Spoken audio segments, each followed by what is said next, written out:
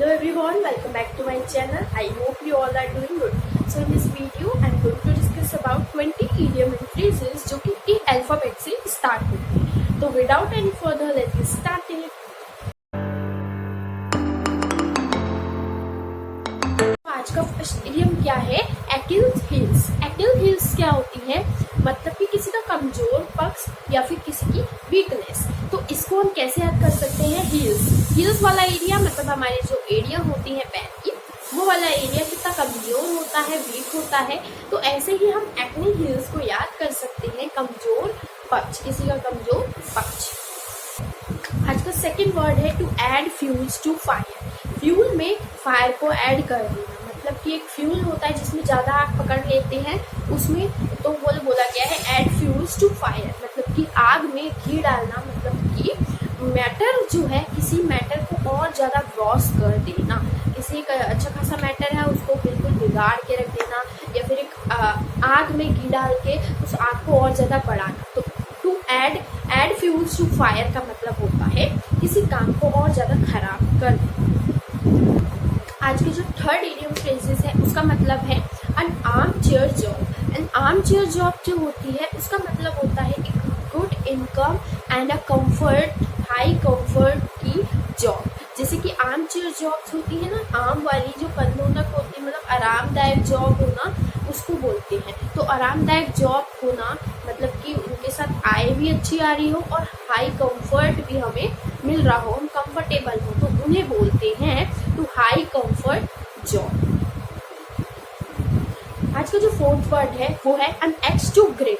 N axe to grind मतलब होता है सेल्फिश मोटिव. किसी भी काम का एक उसके पीछे एक स्वार्थ होना, किसी का स्वार्थ होना, किसी की सेल्फ होना, मतलब कि अपना स्वार्थ के लिए किसी को यूज करना. इसके पीछे एक स्टोरी भी है. जैसे कि एक्स मतलब होता है an axe to grind. Axe मतलब होता है वो कुल्हाड़ी जैसा होता है ना, जो कुल्हाड़ी होती है उसको बोलते हैं एक्स, और ग्रिड मतलब होता है घिसना. तो एन एक्स टू ग्रिड मतलब होता है जैसे कि एक कुल्हाड़ी घिसने वाला, एक्स घिसने वाला एक आदमी था, वो अपनी कुल्हाड़ी घिस रहा होता है. तो उसके पास एक आदमी आता है, वो कहता है तुम बहुत अच्छी कुल्हाड़ी घिसते हो, तुम्हारा काम बहुत अच्छा है, नेक काम है. तो वो कहता है कि लाओ मैं तुम्हारी भी घिस देता हूँ. तो वो अपनी भी घिसवा लेता है और फिर वहाँ से चला जाता है. तो फिर जो कुल्हाड़ी घिस रहा होता है उसे बाद में पता चलता है कि उसका जो मोटिव था, मेरी तारीफ करने का मोटिव था कि उसको मेरे से काम निकलवाना था. तो इसका मतलब ये होता है कि सेल्फिश मोटिव के लिए की गई कोई तारीफ या अपनी सेल्फ के लिए अपनी सेल्फिश हो जाना,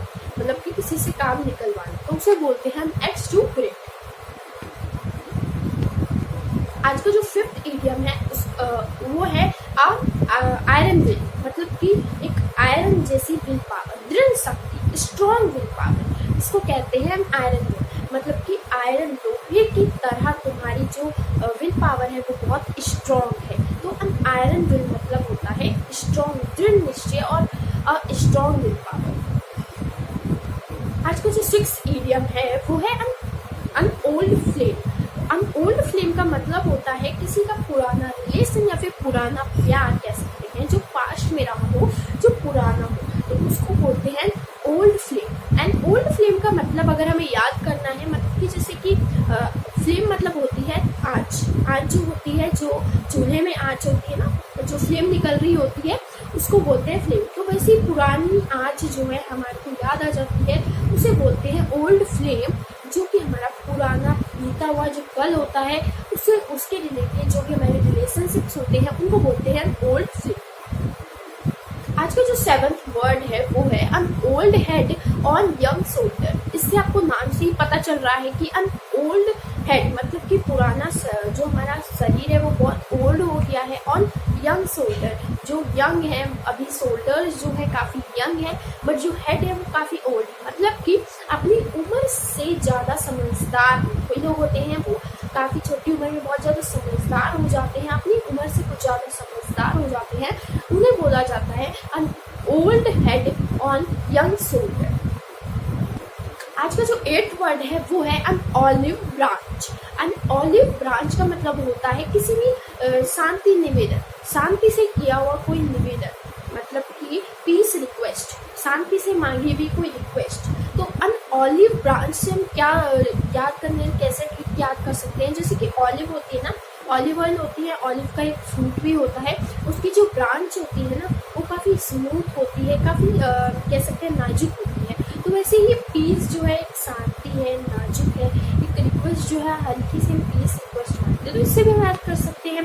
या फिर सेकेंड जो ट्रिक है इसको याद करने की, ऑलिव की जैसे ऑलिव ऑयल होता है उसे लगा के हमें काफ़ी रिलैक्स मिलता है, हमें पीस मिलती है, तो वैसे ही हम याद कर सकते हैं इस वर्ड को, ठीक है। तो ऑलिव ब्रांच, अन ऑलिव ब्रांच मतलब होता है पीस ट्रीटी या फिर पीस रिक्वेस्ट। तो 9th वर्ड आज का है एप्पल ऑफ डिस्कॉर्ड, जैसे बोलते हैं ना एप्पल ऑफ डिस्कॉर्ड मतलब होता है कि किसी की झगड़े होते हैं, झगड़े का एक कारण, जैसे कि लोग झगड़ा करते हैं, लोगों को एक कारण मिल जाता है झगड़ा करने का, तो वो झगड़े का कारण जो होता है उसका मतलब होता है एप्पल ऑफ डिस्कॉर्ड। तो या फिर हम ऐसे भी कह सकते हैं इसको, don't say this word is Apple of Discord, ये हमारे झगड़े का कारण है, इस वर्ड को यूज मत करा करो, क्योंकि एप्पल ऑफ डिस्कॉर्ड मतलब होता है झगड़े का कारण। आज का जो 10th वर्ड है वो है apple one's eye, apple of one's eye. Apple of one's eye मतलब होता है प्यारा, दुलारा, बहुत लवेबल, है ना। तो जो प्यारा होता है, दुलारा होता है, उसे बोला जाता है एप्पल ऑफ वंस आई। किसी की आंखों का, किसी की आंखों का एक एप्पल, तो उसे बोला जाता है एप्पल ऑफ वंस आई, जो बहुत लवेबल होता है, ड्यूरेबल होता है। आज का जो 11th वर्ड है वो है apple pie order. Apple pie order मतलब होता है इन गुड कंडीशन, अच्छी खासी हालत में होना, जो सामान है हमारा वो भी एक एप्पल पाई ऑर्डर में रखना, अरेंज करना, तो उसे बोलते हैं अच्छी खासी हालत में, गुड कंडीशन, तो उसे बोलते हैं एप्पल पाई ऑर्डर। सो आज का नेक्स्ट वर्ड है at a loss. At a loss मतलब होता है कि किसी का एक सॉल्यूशन ना मिल पाना, निर्णय ना निकलना, किसी भी मैटर में निर्णय ना निकलना, समस्या का समाधान ना निकलना, उसे बोलते हैं एट अ लॉस। अगर किसी भी मैटर में आप सॉल्यूशन ना निकल नहीं रहा है आपसे, तो उसे बोल देते हैं कि एट अ लॉस। सो आज का नेक्स्ट वर्ड है N arm length. N arm length मतलब होता है कि जैसे आर्म है ना हमारी, ये आर्म है, उस इतना दूर पूरे हाथ की आर्म की ये पूरी दूरी बनाए रखना। तो आर्म लेंथ मतलब होता है किसी से फ्रेंडली ना होना, दूरी बनाए रखना, नॉट मोर फ्रेंडली, तो उसे बोलते हैं एन आर्म लेंथ। जैसे कि हम प्रेयर करते हैं, प्रेयर में भी हम दूरी, जैसे आर्म की लेंथ नाप लेते हैं जिससे हम दूरी बनाए रखते हैं, तो वैसे ही उसे बोलते हैं आर्म लेंथ, जो कि दूरी बनाए रखना किसी से। आज का जो नेक्स्ट वर्ड है वो है एट ईज। एट ईज मतलब होता है कि जैसे कि free from anxiety and free from किसी भी डिप्रेशन से, चिंता रहे जिसे बोलते हैं, तो उसे बोलते हैं एट ईज। अगर कोई कुछ कैसा है, कैसे हो, हाउ आर यू, तो हम बोल सकते हैं at a ease, at ease.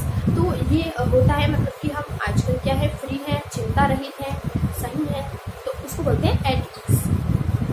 आज का जो नेक्स्ट वर्ड है वो है एट ड्रैगर्स ड्रॉन।